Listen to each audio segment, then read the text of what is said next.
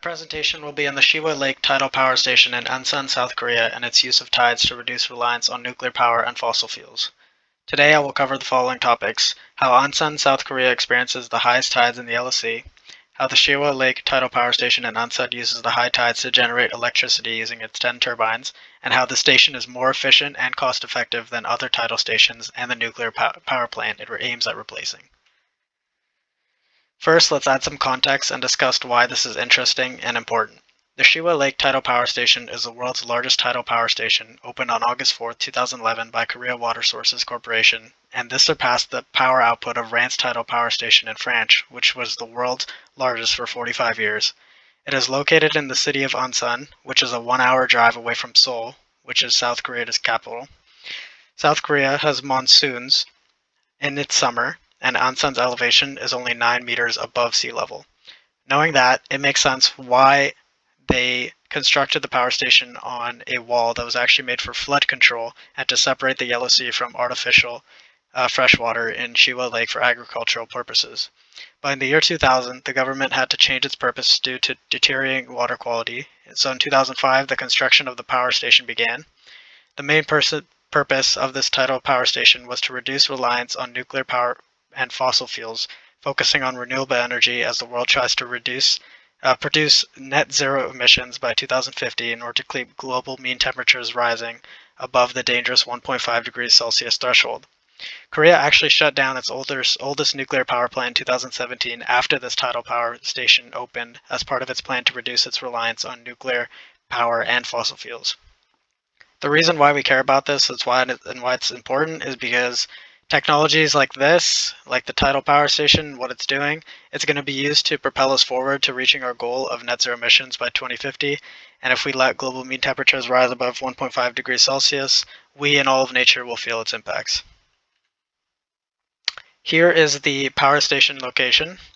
The scale of the image is in the bottom left over here. So it's actually located in Ansan, the city, which is around a 1-hour drive from Seoul. Over here you can see is the Yellow Sea, also called the West Sea by locals, and here is the artificial Shiwa Lake.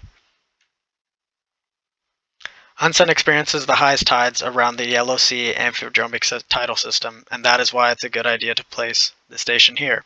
You need tides in order to build a tidal station. This figure shows a color contour of the tide amplitude in centimeters. On the right-hand side is the scale over here, and the white lines denote lines of parallel amplitudes. And as you can see, right next to Ansan is the line of 240 centimeters, which is actually the only place on this whole figure where it is 240 centimeters. So the tidal amplitude is defined as the half of the difference in height between the high and the low tide. In Ansan, the tidal amplitude on average is 280 centimeters or 2.8 meters. For comparison, the Rance tidal station in France, the mean tidal amplitude is approximately 410 centimeters or 4.1 meters. Ansan's tidal range is big enough to generate electricity. It is the vertical height difference between high and low tide that allows for the generation of power. The left figure, over here, shows Ansan's forecasted tides on April 5, 2023, and on the right is the forecast for Saint-Malo, France, where the other tidal station is. On the graph, the line shows the vertical height difference between the high and low tide, also known as the tidal range. The y-axis shows meters, which is the tide height, and on the bottom axis, on the x-axis, is time over 24 hours. As you can see over here, Ansan's mean tidal range is 5.6 meters, and on the right over here you can see that Saint-Malo's mean tidal range is 8.2 meters. As you can see, the actual increases of water levels are 5.5 meters in Ansan, which is very crazy to think about, considering that the average length of a car is around 4.5 meters. And on the right, you can see that the tidal range is the water level increases upwards of 11.2 meters here, which is very insane to think about. The Shiwa power station converts the energy produced by the Yellow Sea's high tidal range and amplifies the tidal currents using the artificial lake to rotate turbines producing electricity. It has 8 sluice gates, which are metal or wooden doors that act as a bottom opening in the barrier between the Yellow Sea and Shiwa Lake, and it has 10 turbines which generate electricity when rotated by the passing of water. Here's how the station actually uses the high tides in Ansan to generate power. When the tide is low, the 8 sluice gates are open to empty the lake reservoir, which is shown in pictures 1 and 2. And when the tide is high, water flows from the sea into the lake through the turbines, rotating them to generate electricity. So as you can see here, the tide is low and Shiwa Lake's reservoir is high, so the sluice gates open and it lets out the lake reservoir. And then when the tide is high, the water passes through the turbines, rotating them to generate electricity. The station makes around 1% of South Korea's electricity per year. South Korea produced 55,570 gigawatt hours of electricity in 2022, and the Shiwa Lake Tidal Power Station produces around 552 gigawatt hours of electricity per year. The tidal station has a power output total capacity of 254 megawatts. To put this number into perspective, the Pickering nuclear power plant, which a lot of us have either been near or at least know about, has a total power output capacity of 3,114 megawatts, generates 3,118 gigawatt hours of electricity per year, and that's enough to meet the needs of people in a city of around a population of around 1.5 million people. So when you do the math, the Shiwa Lake power station would be able to provide electricity for a city of 265,900 people. The Shiwa Lake tidal power station is more cost-effective than similar plants and nuclear plants it's aimed at replacing. It cost $560 million to build, and in comparison, the Rance tidal power station in France, built in 1966, costed $918 million USD, which is adjusted for inflation.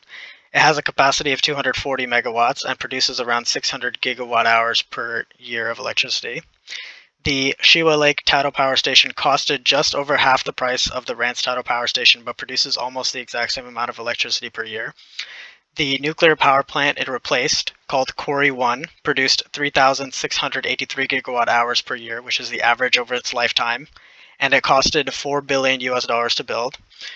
Doing some simple calculations you can see here on the right, you can see that the Shiwa tidal power station is cheaper per gigawatt hour of electricity for a year compared to the nuclear power station it replaced in 2017, and it has a higher gigawatt per hours of electricity per year per meter of tide height when compared to the Rance station.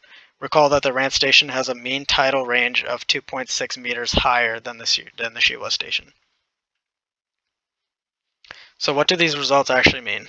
The Shiwa Lake tidal power station is more cost-effective and efficient than the Rance tidal power station, and is more cost-effective than the nuclear plant it replaced, and aims at replacing more in the future.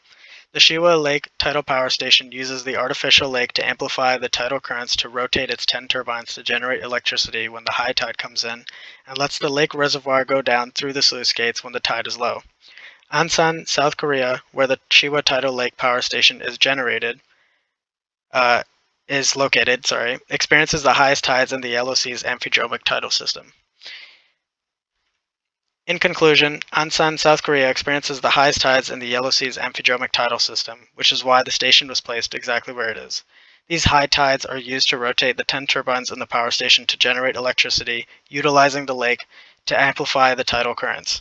The cost-effective and efficient Shiwa Lake tidal power station replaced Quarry 1 as South Korea's aim to reduce reliance on nuclear power and fossil fuels.